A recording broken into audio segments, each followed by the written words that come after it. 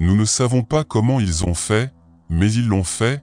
Ils ont soulevé et fixé de gigantesques rochers pour construire des bâtiments impressionnants. Peut-être que cela a été possible grâce à des techniques encore inconnues ou à une force inexplicable par la science. Cette vidéo combine histoire et mystère, alors regardez-la jusqu'à la fin. N'oubliez pas d'aimer et d'agrandir votre écran avant de commencer. Numéro 1. Les mystérieux disques de pierre du désert égyptien. Au cœur du désert égyptien, parmi les dunes de sable, ont été découverts des disques de pierre creux présentant de nombreuses protubérances. Selon les experts, leur forme ne peut pas être le résultat de facteurs naturels, mais plutôt intentionnellement. Sa finalité reste une énigme. On dit également qu'ils possèdent des symboles visibles uniquement au clair de lune. Selon les locaux, ils sont liés à une ancienne civilisation qui a habité la région il y a longtemps puis a disparu. Les archéologues ont exploré les lieux et ont trouvé sur les disques des symboles qui les ont conduits à un temple souterrain caché, dont les murs sont couverts de hiéroglyphes. Une fois traduite, une phrase ressortait « un cadeau des anciens ». Cela pourrait faire allusion aux techniques utilisées par cette civilisation ou à quelque chose de plus mystérieux. Numéro 2. Le labyrinthe de Hawara. Bienvenue dans le monde mystérieux et impressionnant de l'Égypte ancienne. La pyramide d'Hawara est une structure située dans le désert construite par le troisième pharaon Amenemha. Elle est connue sous le nom de pyramide noire en raison de son aspect brut et est construite avec des briques et des pierres. Mais le plus intéressant est le complexe souterrain appelé labyrinthe d'Hawara, découvert en 2008. Ce labyrinthe, mentionné par Hérodote dans l'Antiquité, possède des chambres mystérieuses et pourrait changer notre compréhension de l'histoire ancienne. On dit qu'il contient 12 cours couvertes par des portes et des chambres situées dans et sous le sol, mais seules les chambres supérieures ont été explorées. Les chambres souterraines restent un mystère. Numéro 3. La pierre de Rosette. En 1799, un groupe de scientifiques accompagnant Napoléon lors de son expédition militaire tomba sur une découverte qui allait changer le monde à jamais, la pierre de Rosette. Cette ancienne relique remonte à 196 avant JC et contient un décret rédigé par un conseil de prêtres qui affirme le droit du pharaon de 13 ans nommé Ptolémée V à gouverner l'Égypte. Mais ce qui rend la pierre de Rosette si remarquable, c'est que ce décret a été écrit non pas dans une, ni dans deux, mais dans 3 langues, les hiéroglyphes, le démotique et le grec. Au moment de sa découverte, seule la langue grecque était connue, ce qui rendait impossible le déchiffrement des 2 autres langues. Jusqu'à ce que les scientifiques se rendent compte que l'inscription grecque communiquait le même décret que les 2 autres langues, leur permettant de déchiffrer le code et de percer les secrets cachés dans les textes hiéroglyphiques et démotiques. Aujourd'hui, la pierre de Rosette est conservée au British Museum, non sans controverse. Les Égyptiens ont demandé à plusieurs reprises que la pierre soit restituée à leur pays d'origine, suscitant des débats sur la propriété culturelle et l'importance de préserver l'histoire. Numéro 4. Tunnel secret. Un couloir secret à l'entrée de la grande pyramide de Gizeh a été découvert après 4500 ans grâce à la myographie. Cette découverte pourrait conduire à des découvertes encore plus surprenantes sur les pyramides. Le couloir mesure près de 30 pieds de long et plus de 6 pieds de large et aurait pu être créé pour redistribuer le poids autour de l'entrée de la pyramide ou d'une chambre inconnue. Mustapha Ouaziri, président du Conseil suprême égyptien des Antiquités, s'est engagé à continuer de scanner la pyramide pour voir ce qui se cache en dessous. Numéro 5. Nouvelle compréhension de la momification. Nous croyions autrefois que les anciens Égyptiens momifiaient leurs morts pour préserver leur corps, mais les chercheurs du Manchester Museum affirment que c'est faux. Selon eux, la momification avait pour but de guider le défunt vers la divinité. Les chercheurs victoriens avaient tort de croire que les Égyptiens momifiaient comme on conserve le poisson avec du sel. Les Égyptiens utilisaient en fait un minéral naturel appelé natron, trouvé près du Nil et utilisé dans les rituels de purification et des temples, ainsi que pour la momification. Cette découverte va changer ce que nous savions sur les momies. Numéro 6. L'obélisque inachevé. Dans les carrières d'Aswan se trouve un obélisque inachevé en granit qui pourrait changer notre vision du monde égyptien antique. Les Égyptiens ont sculpté 3 faces avant de l'abandonner à cause d'une fissure dans le granit. Ce mystère a déconcerté les historiens, qui se demandent comment ces structures ont été sculptées et transportées à partir d'un seul bloc de pierre.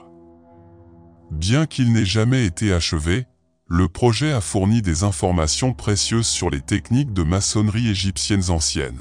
Au cours des investigations, des marques d'outils des ouvriers et des lignes colorées marquant l'emplacement des ouvriers ont été découvertes. L'obélisque inachevé n'est que le début d'une grande aventure à travers les âges. Numéro 7. La ville de 3000 ans. Une ancienne cité égyptienne vieille de 3000 ans, connue sous le nom de « Cité perdue », a été découverte. Elle est considérée comme l'une des découvertes archéologiques les plus importantes depuis la tombe de Toutankhamon.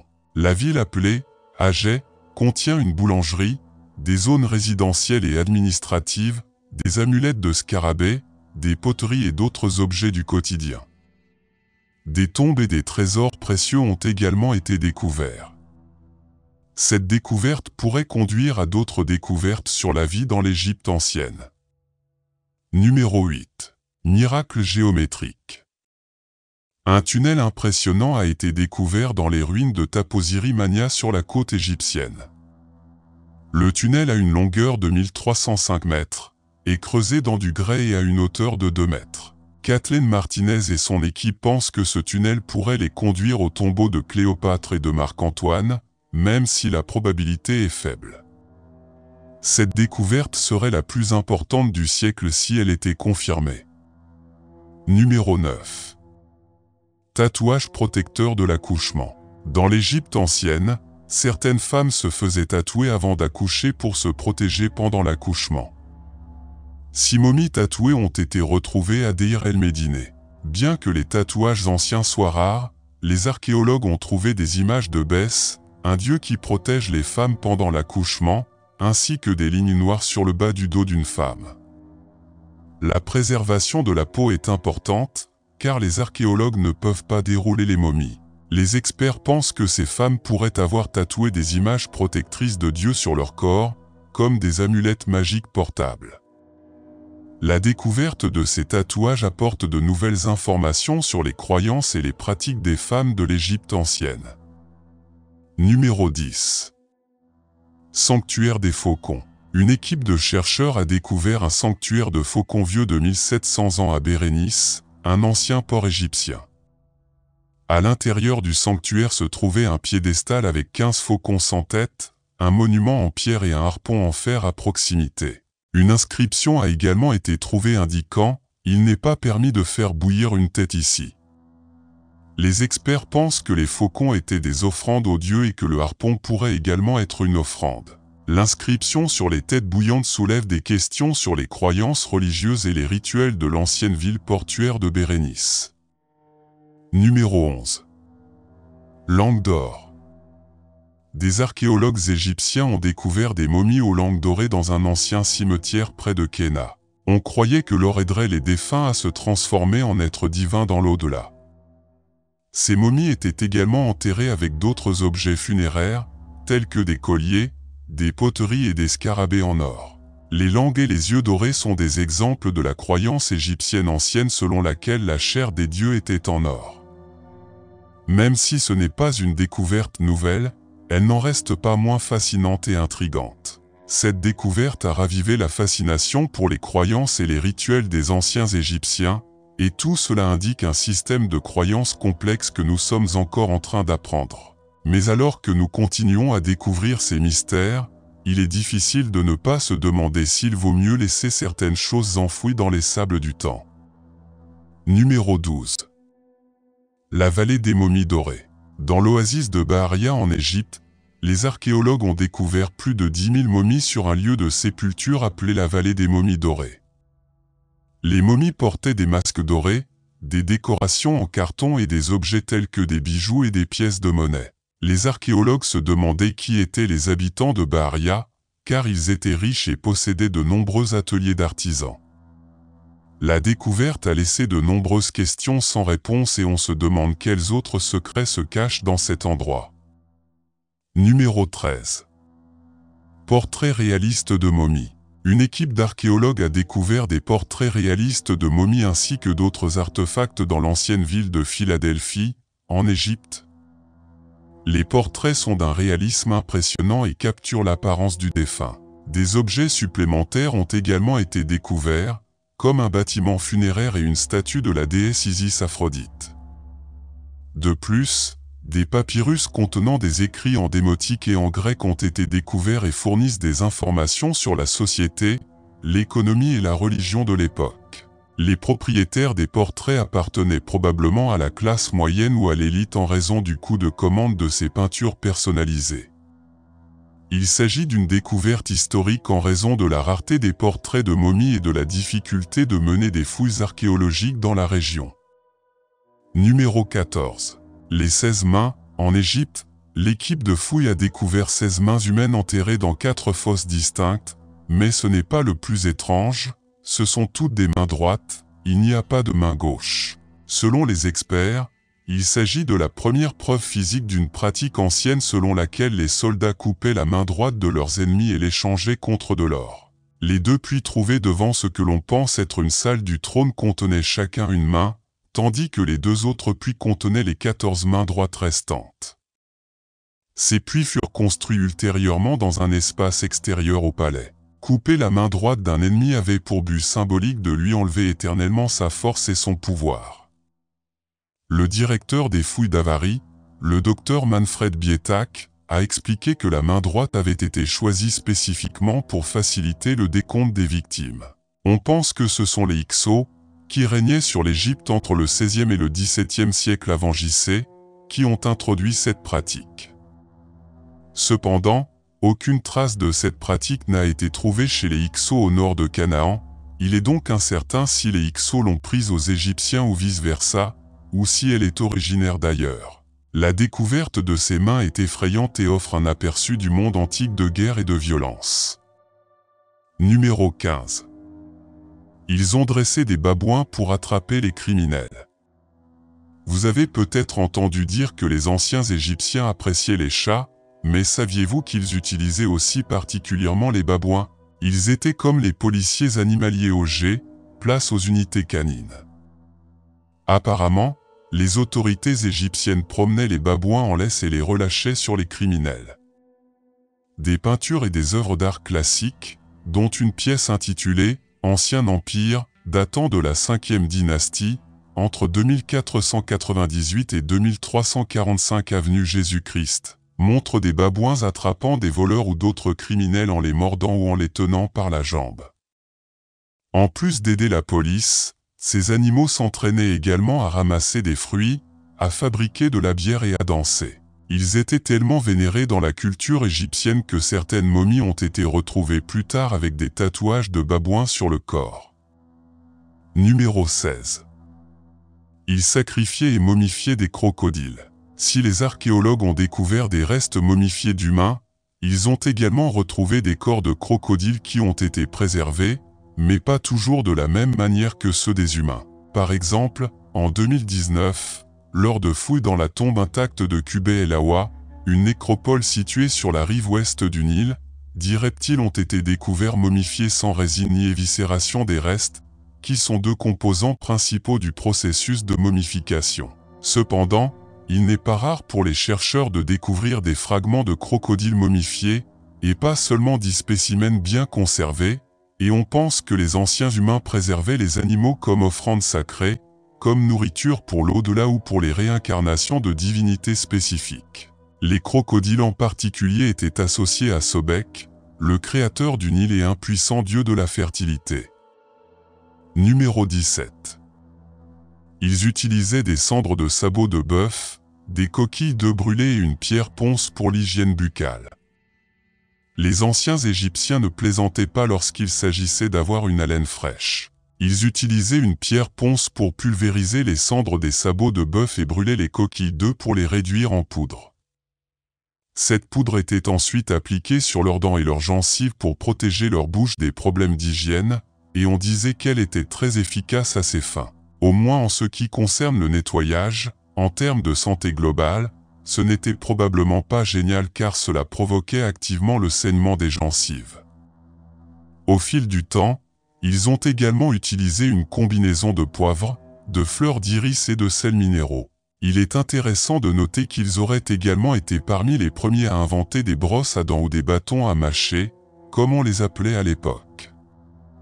Ils fabriquaient ces instruments à partir de brindilles, dont un côté servait de cure-dent et l'autre effiloché au bout pour servir de poêle.